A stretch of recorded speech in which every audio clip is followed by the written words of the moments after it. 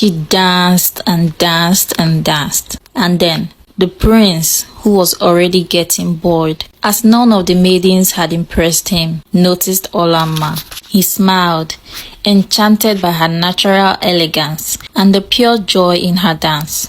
As she danced, lost in the music, the prince made his way through the crowd towards her. The villagers watched in shock and disbelief. Olamma, the thin girl in rags, was dancing beautifully, capturing the prince's attention. Olamma, still unaware of the prince's presence, continued to dance, her heart light and free. When she finally stopped, breathless and glowing, she saw the prince standing before her, her eyes widened in shock, surprise, and fear, unsure of what to expect.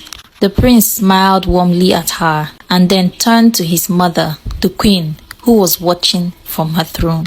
"Mother, I found my bride," the prince said, his voice clear and confident. The villagers gasped in amazement. Aunty Ngozi and her daughter stood frozen in shock, unable to believe what was happening. Olamma, still trying to comprehend the moment, felt tears of joy welling up in her eyes. The prince took Olamma's hand gently. "You dance with a beauty and spirit that none of the others possess. Will you be my queen?" Olamma, her voice trembling, nodded. "Yes, I will," she said softly. The villagers erupted in applause and cheers, their earlier mockery forgotten. Olamma's heart soared as she realized that her kindness, resilience, and love for dancing had led her to this incredible moment. The queen had no choice but to accept Olamma. The prince, determined to honor his decision, ordered the maids to bathe, feed, and clothe Olamma, adorning her with jewels in preparation for the marriage ceremony. As Olamma was transformed, she felt a mix of disbelief and gratitude.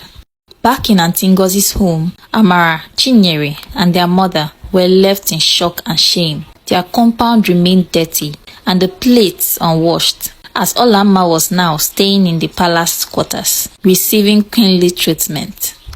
"Useless girls, you both can't even do anything, not even impressing the prince." Aunty Ngozi was so miserable and always lashed out at her girls. They all couldn't comprehend how the girl they had mistreated and starved was now the future queen of Amankwe.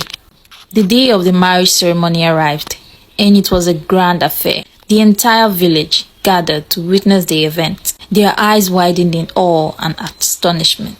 The ladies, who had once mocked Olamma, now watched in speechless admiration as she walked gracefully beside the prince. Her beauty and poise undeniable as she now looked plump and well-fed.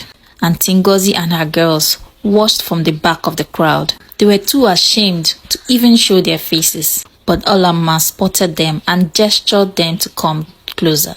"I am sorry, my child. I mistreated you. It was the devil's handwork. Please forgive us."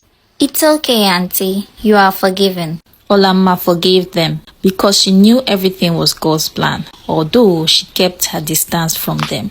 The ceremony was loud and joyous, with music, dancing, and feasting. The villagers who had once ridiculed Olamma now celebrated her, their earlier scorn replaced with respect and admiration. Olamma's heart swelled with gratitude as she looked at the faces of those who had once been her tormentors. She felt a deep sense of fulfillment, knowing that she had triumphed over adversity with grace and dignity. Olamma felt grateful to God for preparing a table before her in the presence of her enemies. Those who had addressed her as slave now bowed and addressed her as my queen. As she stood by the prince, Olamma knew that her mother's spirit was with her, proud of the woman she had become. She had found her place, not just as a queen, but as a symbol of hope and resilience to all who knew her story.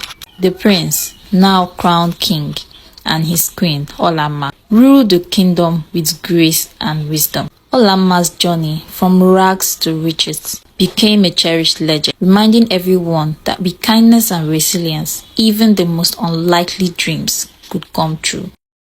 The moral lesson of this story is that kindness, resilience, and inner beauty can triumph over adversity. Despite facing cruelty and hardship, Olamma's compassion and grace led her to an extraordinary destiny. Her journey teaches that true worth is found in one's character and heart, not in the outward appearances, and that acts of kindness and a strong spirit can bring about remarkable change and recognition. Thanks for watching. I hope you enjoyed this story. If you did, please share, like, and follow, and comment the lessons you learned. Bye, besties.